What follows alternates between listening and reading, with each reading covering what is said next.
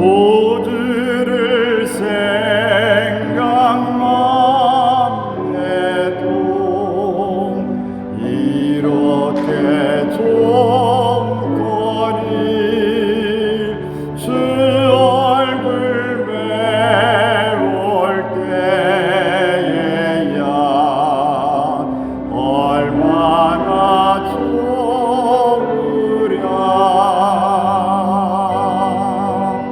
여러분은 억울하게 비난을 받은 적이 있습니까? 나와 관계가 먼 사람들이 아닌 가까운 사람들, 즉 내 친구들 또는 내가 사랑하는 성도들, 그리고 함께 살아가고 있는 내 가족들에게서 뼈아픈 비난과 비방을 받아본 적은 여러분 있으십니까? 비난을 받으면 밤잠을 설치면서 고통하는 일들이 생깁니다. 저에게도 그런 기억들이 있었습니다. 우리 여러분 어떤지 모르겠어요. 우리 첫 화면을 한번 띄워줘 보겠어요? 6사람만 앞에 한번 나와보겠어요? 자, 이제 중앙에, 권성명 중앙으로 한번 쓰시고, 앞에 한번 나와보세요. 저 퍼포먼스로 그대로 한번 해보겠습니다. 쓰시고, 자, 가운데 있는 사람은 저 모습으로 한번 하시고, 손가락을 잘 가르쳐야 됩니다. 자, 다음에 손 내리시고, 이제 두 손을 뻗어서 이렇게 축복하는 모습으로 웃으면서 한번 해보겠어요? 자, 쭉 손을 내미시고, 자, 좀 웃어보시고, 웃음이 안 나오십니까? 예, 안으로 들어가세요. 다 짜놓고 하더라도 이렇게 손가락을 향해 비난하는 모습을 받으면 기분이 묘합니다. 결코 좋지 않습니다. 이게 진짜가 아니고 연극이라고 해도 퍼포먼스라고 해도 그 자체가 별로 기분이 좋지가 않습니다. 빈총도 안 맞은 것만 못하다. 빈말 같은데 그것이 영 기분이 좋지가 않습니다. 이 비난이라고 하는 것은 우리에게 있어서 보아도 들어도 그것을 우리가 직접 당하면은 상당히 충격이 큽니다. 인간관계를 잘 맺는 사람들은 비난이나 비판을 잘 하지 않습니다. 오히려 다른 사람을 칭찬하고 격려하는 데에 탁월합니다.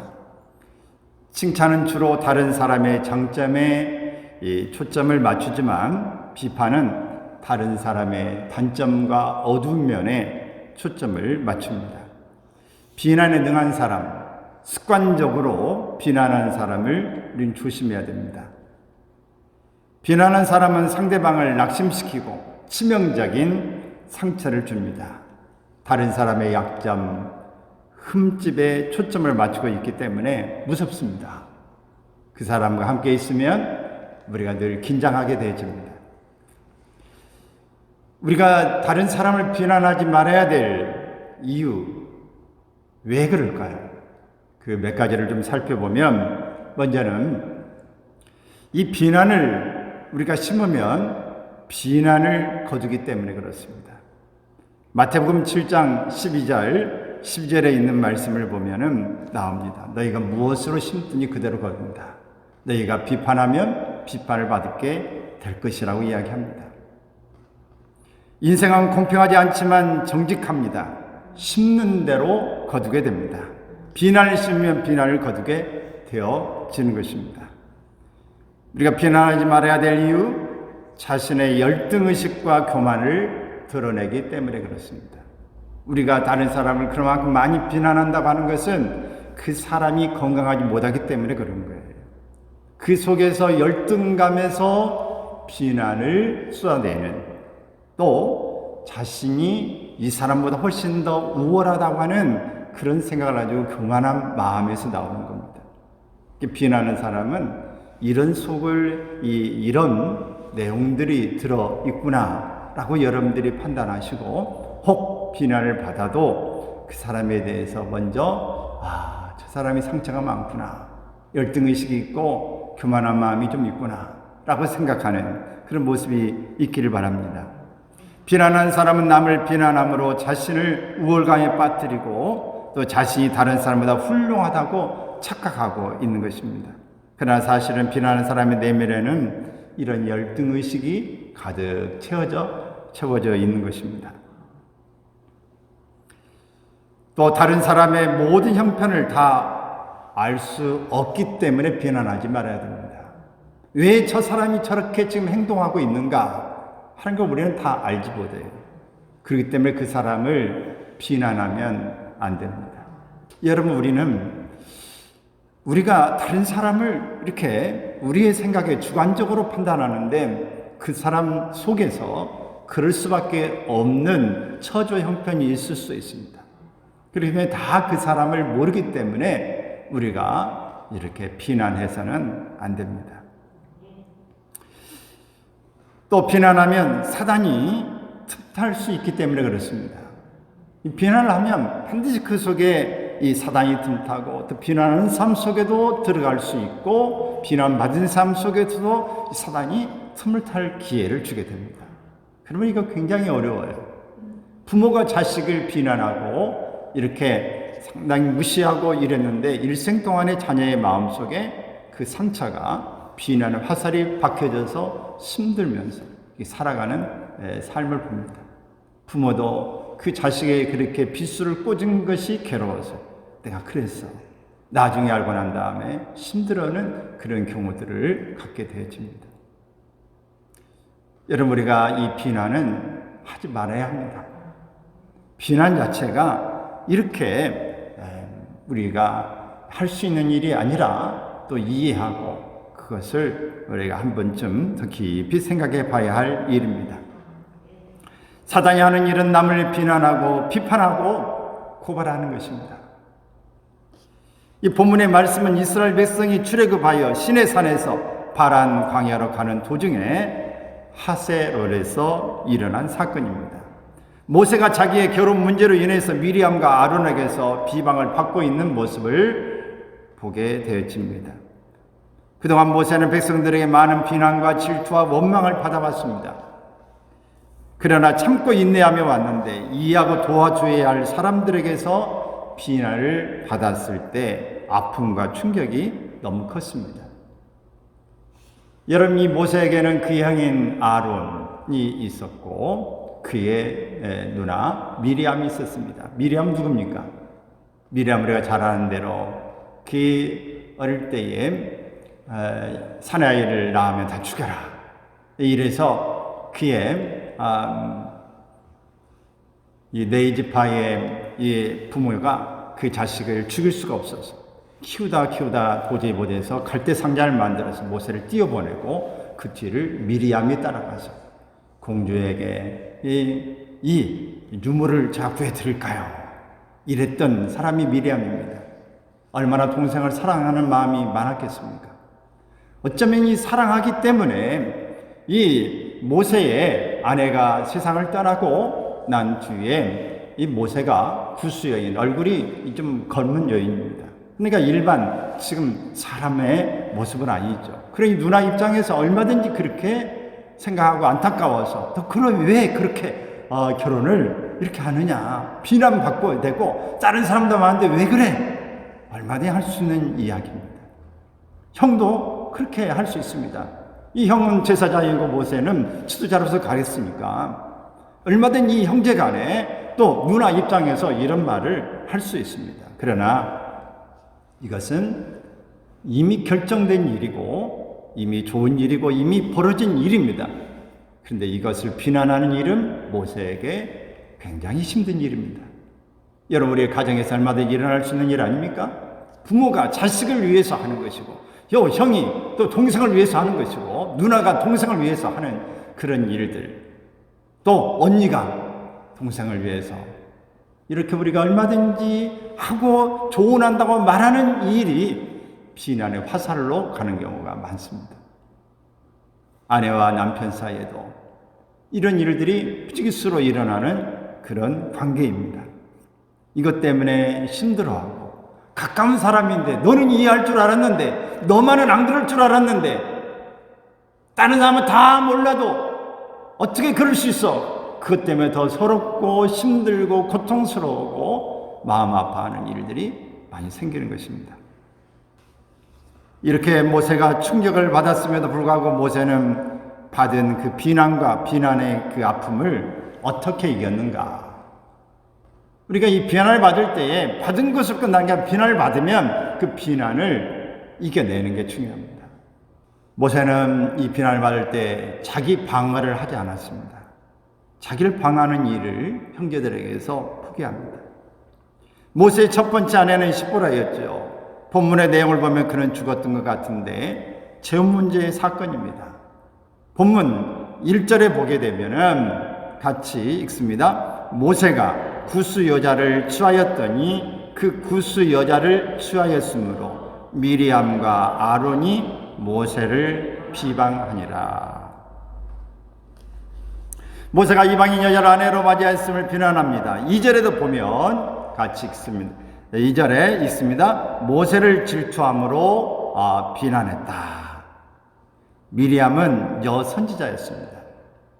아론은 제사장입니다. 그런데 본문에는 이렇게 이야기했어요. 여호와께서 모세와만 말씀하셨느냐? 우리와도 말씀하지 아니하셨느냐? 너만 선지자냐? 미리암도 선지자고 아론은 제사장인데 어떻게 너 혼자만 그렇게 할 수 있느냐? 어쩌면 좀 상의하고 물어보고 이런 결정을 할 때 그렇게 해야 되지 않았겠냐라고 말할 수 있습니다. 물었는지 안 물었는지 모르겠지만 물었어도 그렇게 결정을 했는지 자초지종은 이야기하고 있지 않습니다. 그러나 하여튼 이 일에 아마 이야기하면 분명히 반대할 거다. 그렇기 때문에 상의하지 않았을 수도 있습니다. 이 일에 대해서 이렇게 비난을 쏟아놓게 될 때에 형제들에게서 오는 이 비난을 모세는 대결하지 않았습니다. 이 사건을 통해서 자기의 인격을 키우는 성숙의 기회로 삼고 있습니다. 성경에는 이 사람 모세는 온유함이 지면의 모든 사람보다 더하더라 라고 말씀합니다. 모세는 비난의 공격을 받을 때 자신을 방해하지 않고 침묵했습니다. 형제들과 논쟁하지 않았습니다. 싸우지 않았습니다. 비난은 만질수록 커집니다. 여러분이 비난을 받았을 때, 여러분 받은 경험이 다 있을 겁니다. 비난을 받았을 때 그걸 잊지 못하고 그걸 자꾸 곱씹어 보면은 비난이 어때요? 작아져요? 커져요? 억울하고 분하고 막 속에서 열이 납니다. 그걸 생각하지 않으면 괜찮은데 자꾸 생각하면 그게 커지는 거예요. 우리가 비방을 받을 때 제일 먼저 하는 것은 변명입니다. 그러나 그 변명이 전혀 유익하지 못한 상황이 있습니다. 이럴 때 우리의 태도는 변명이 아니라 오히려 침묵하는 것입니다. 이사야 선지자는 이사야 53장 7절에서 이렇게 이야기합니다. 같이 읽습니다. 그가 곤욕을 당하여 괴로울 때에도 그의 입을 열지 아니하였으며 마치 도수장으로 끌려가는 어린 양과 털 깎는 자 앞에서 잠잠한 양같이 그의 입을 열지 아니하였도다. 이렇게 예수님에 대한 말씀을 하고 있습니다. 하나님은 나를 아십니다. 내 처지와 형편을 알고 계십니다. 내 눈물과 나의 현실을 알고 계시는 것입니다. 내 상황과 모든 삶을 아십니다. 그렇기 때문에 변명하지 말고 침묵하십시오. 얼마나 힘든 일인지 여러분들 경험해 보신 분들은 아십니다. 비난을 받았는데 변명하고 싶은데 침묵해야 된다고 하면은 정말 힘든 거죠. 여러분, 우리가 주님 앞에서 이 비난을 받을 때에 같이 대적하고 변명하는 것이 아니라 침묵하는 일이 우리에게 필요하다고 하는 것을 예수님이 말씀하고 있습니다.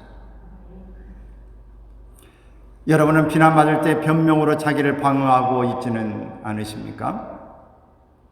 요셉은 억울하게 감옥에 들어갔지만 변명하지 않았습니다. 바울과 실라는 억울하게 빌립보 감옥에 갇혔지만 자기를 방해하지 않고 찬송과 기도로 감사했습니다. 이것이 비난을 극복하는 성숙한 성도의 모습일 것입니다. 우리가 비난을 받을 때에 이겨낼 수 있는 방법 무엇일까? 저는 이 비난을 받고 상처를 주는 사람에게 있어서 고통스러울 때 이겨냈던 방법이 그 사람을 위해서 축복기도 하는 일이었습니다.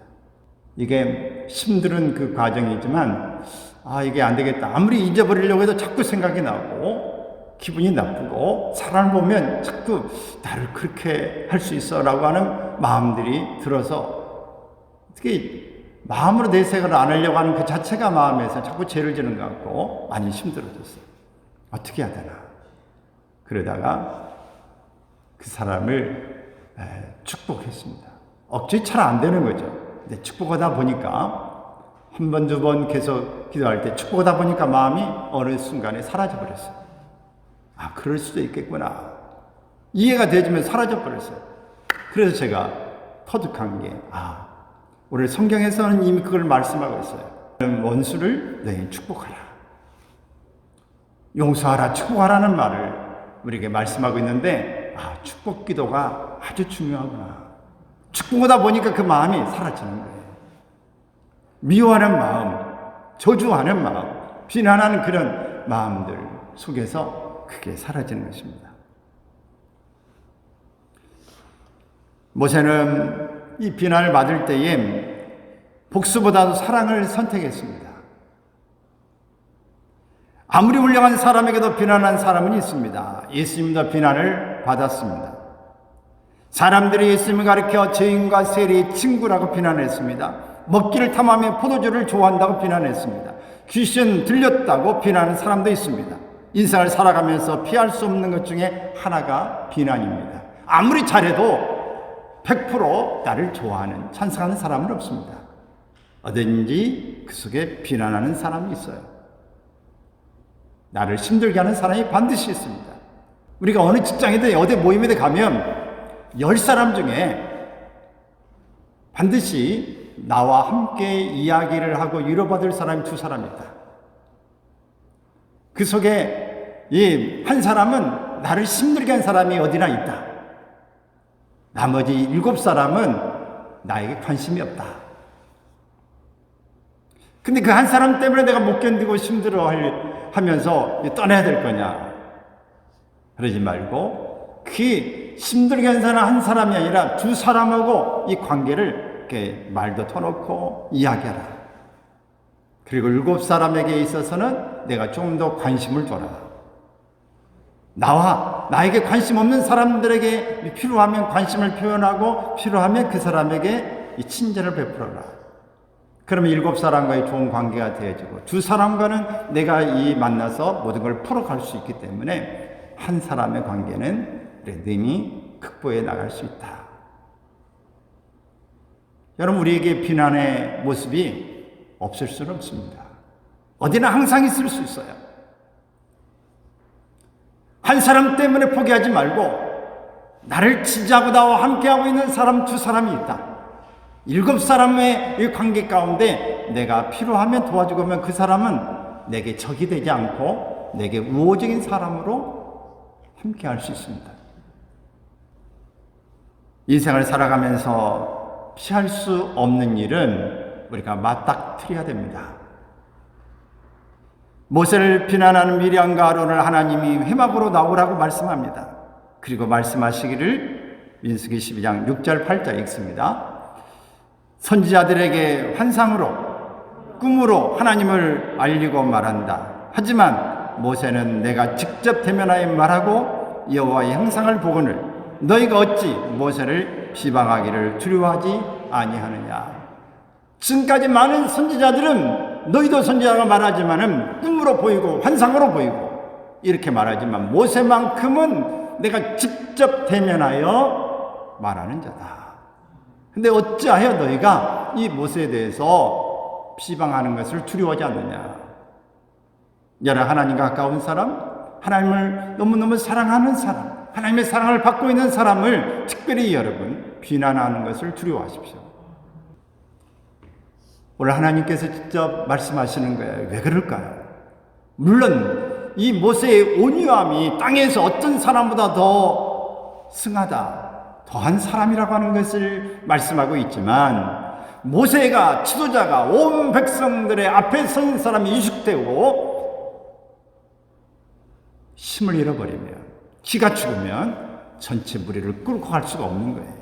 그렇기 때문에 하나님은 좀 지도자가 부족해도 하나님은 그를 버리지 않는 거예요. 그를 막말로 짓밟지 않는 겁니다. 왜? 공동체를 위해서 그러는 거예요. 여러분, 그 오해가 없기를 바랍니다. 그 사람이 완전해서가 아니에요. 하나님은 그 조직을, 그 공동체를 사랑하기 때문에 그러는 거예요. 그래서 여러분들이 좀 힘이 들어도 조금 비난하는 일에 자중해야 합니다. 좀 두려워할 필요가 있는 거예요. 모세는 미리암이 나병에 걸렸을 때 복수의 기회로 삼는 것이 아니라 사랑을 베풀었습니다. 우리는 나를 비난한 자들을 위해서 기도하고 사랑하고 축복해 주기를 바랍니다. 우리 한번 고백해 볼까요? 당신을 주님의 이름으로 사랑하고 축복하고 존경합니다. 아멘. 우리가 이런 고백할 수 있기를 바라요. 사랑하고 축복하고 존경합니다. 오늘 이 마음을 여러분들이 늘 가지고 이렇게 매일 고백해 보시길 바랍니다. 다시 한번, 당신을 사랑하고 축복하고 존경합니다. 이 고백을 하세요. 오늘 내 가족에게도 마찬가지고 생각을 직접 표현하지 못하면 우리가 계속해서 혼자라도 이야기했어요. 근데 놀라운 것은 우리가 혼자서 계속하니 이게 뇌까리고 혼자서 계속 반복하다 보면 이것이 우리의 마음에 쌓여지고 저축이 되어져서 이것이 속에 있는 것이 밖으로 표출되게 되는 거예요. 속에 있는 게 밖으로 나옵니다. 언제든지 많은 것을 보고 많은 걸 생각하고 많은 걸 들으면 그 이야기가 툭 튀어나오는 거예요. 그렇기 때문에 하나님의 말씀을 듣고 기도하고 좋은 설교를 듣고 좋은 말씀을 듣고 이렇게 살아야 되는 거예요. 저는 집에서 TV를 이렇게 볼 때 가끔 이렇게 방송이 어렵고 막 힘들고 이 질병에 걸리고 뭐 어려워서 어떻게 막 안타까운 그 장면들 보고 있으면 하나님 그거 보지 말라고 그래요. 그 사람을 지금 물질이 있고 힘이 있어 도울 수 있으면 직접 돕지만 그런 것들만 계속 보면 마음이 우울해지고 슬퍼지고 안타까워져서 기쁨이 사라지고 그 속에서 함께 이렇게 함정에 빠지는 것처럼 느껴지기 때문에 너무 그런 거 많이 보면 좋지 않겠다, 그런 이야기를 합니다. 물론 그 사람을 외면하면 안 됩니다. 안타깝게 여기고 도울 수 있으면 도와야 합니다. 그러나 우리는 좋은 것들을 많이 봐야 합니다. 좋은 것들을 많이 들어야 합니다. 좋은 것들을 많이 읽어야 합니다. 그래야 우리 속에서 이 좋은 것들이 빠져나오게 되어지는 줄로 믿습니다. 사도 바울은 너희를 박해하는 자를 축복하라, 축복하고 저주하지 말라, 로마서 12장 14절에 말합니다. 또 잠언서 25장 21절에 보면 내 원수가 배고파하거든 음식을 먹이고 목말라하거든 물을 마시게 하라. 사랑하는 여러분, 비난에 대한 태도가 중요합니다. 긍정적으로 해석하고 반응하는 것이 중요합니다. 비난을 통해서 성숙하게 됩니다. 우리는 비난을 통해서 겸손하게 되어집니다. 비난을 통해서 자신을 성찰하게 됩니다. 할렐루야. 오늘 우리가 이 비난을 받을 때에 이것을 잘 여러분들이 여러분의 것으로 받아들일 수 있으면 이렇게 유익함이 있어요. 시작, 세 가지 시작. 자기 성찰, 성숙, 겸손함을 이룰 수 있다는 거예요. 베드로전서 2장 23절에 있습니다. 욕을 당하시되 맞대어 욕하지 아니하시고 고난을 당하시되 위협하지 아니하시고 오직 공의로 심판하시는 이에게 부탁하시며 사랑으로 비난을 극복할 수 있기를 바랍니다. 우리가 이 비난을 극복하지 못하면 손해가 이만저만이 아니에요. 우리의 삶에 제동이 걸리는 일이 있고 기쁨도 사라지고 의욕도 사라지고 미움은 쌓여지고 기도는 안 되고 우리의 삶에서 적들이 자꾸 많아지게 되어집니다. 피곤만 쌓여져요. 또 모세는 이 비난을 받을 때 용서의 기도를 드렸습니다. 모세는 자신을 비난하다가 나병에 걸린 미리암을 용서함으로 그의 치료를 위해서 하나님께 기도를 드렸습니다. 본문 13절 말씀 읽습니다. 모세가 여호와께 부르짖어 이르되 하나님이여 원하건대 그를 고쳐 주옵소서. 여러분 이렇게 기도할 수 있기를 바랍니다. 하나님께서 우리를 하나님 앞에 살려고 애쓰는데 비난하면 그 사람에게 해가 가는 것들을 혹 볼 수 있습니다. 그럴 때 아이 고소하다, 하나님이 살아계시고 잘됐다, 그러니까 하지 마야지, 이번에 연금을 좀 봐야 되겠지, 정신 좀 차려야지. 여러분 이런 마음을 가질 수도 있습니다. 사람인지라 이제 그런 마음을 가질 수 있어요. 그러나 불쌍히 여기면서 오늘 모세처럼 용서하는 기도를 할 수 있기를 바랍니다. 여호와께 부르짖어 이르되 하나님이여 원하건대 그를 고쳐 주옵소서. 요셉은 자기를 팔아버린 형님들이 두려웠을 때 그들을 용서했습니다. 예수님은 침뱉고 욕하고 십자가에 못 박는 자들을 위해서 용서의 기도를 드렸습니다. 스데반 집사는 돌에 맞아 순교하면서도 저들이 하는 것을 모릅니다. 저들의 죄를 용서하여 주옵소서라고 기도합니다. 성경은 용서의 이유에 대해서 말씀하고 있어요. 용서해야 될 이유. 왜 용서해야 되느냐? 하나님이 용서의 본을 보여주셨기 때문에 그렇습니다. 하나님은 조건 없이 용서해 주셨습니다. 이전의 죄를 문제 삼지 않았습니다. 죄를 온전히 회복시켜 주었습니다. 남을 용서치 않으면 주께서 용서하지 않기 때문에 그렇습니다. 오늘 우리는 날마다 주기도문을 외우죠. 나의 죄를 내가 다른 사람의 죄를 용서한 것처럼 내 죄를 용서하여 주옵소서. 그런데 이 기도할 때마다 좀 마음에 떨림이, 좀 찔림이 있는 분들이 있죠. 그래서 그 부분을 못한 분들은 빼고 소리 이제 조그만하게 하고 넘어가는 경우 있으시죠. 오늘 우리는 하나님 앞에서 이렇게 용서해야 될 이유입니다. 또 용서를 통해서 주님을 닮아가기 때문에 그렇습니다. 용서하면 우리의 마음이 성숙해 가요. 성장해 갑니다. 사도 바울도 고린도서 3장 13절 14절에서 이렇게 말씀하고 있습니다. 누가 누구에게 불만이 있거든 시작 서로 용납하여 피차 용서하되 주께서 너희를 용서하신 것 같이 너희도 그리하고 이 모든 것 위에 사랑을 더하라. 이는 온전하게 매는 띠니라. 사랑하는 여러분, 비난 때문에 고통 가운데 계십니까? 가슴이 찢어지는 아픔이 있습니까? 누군가 여러분의 마음을 괴롭게 하는 비난의 사람이 있다면 그를 용서하십시오. 이렇게 여러분 기도하십시오. 주님, 나도 모세처럼 온유한 삶을 허락해 주십시오. 예수님께서 예수님 자신을 소개할 때 이렇게 말했습니다. 나는 마음이 온유하고 겸손하다고 이야기했어요. 그래서 성경에서 이 모세는 예수님을 닮은 이 표상을 이야기하고 있는 사람 중에 한 사람입니다. 모세의 온유함. 여러분에게 온유함이 있어야 비난을 받을 때도 이 부분을 순탄하게 극복해 갈 수 있는 것입니다. 여러분, 우리가 이 비난의 모습을 누구든지 다 당면할 수 있는 이런 세대에 또 삶을 우리는 살아가고 있습니다. 그러므로 오늘 이 비난의 모습을 세 가지로 우리가 꼭 기억할 수 있기를 바랍니다. 비난받을 때 하지 말아야 될 것, 첫 번째, 자기 방어에 몰입하지 마십시오. 두 번째는 복수보다 사랑을 선택하십시오. 또 용서의 기도를 하십시오. 이렇게 행하는 일, 여러분 제가 그림을 사파를 하나 넣어놨는데 저 그림을 왜 넣었을 것 같습니까? 화분에도요, 물고기에도요, 나무에도 비난 화살을 쏘면은 그게 씨앗을 심고 또 밥을 놓고 테스트를 해본 결과 사랑의 미호의 모든 것들을 이렇게 말을 쏘아넣는데 식물도 변화가 일어났어요.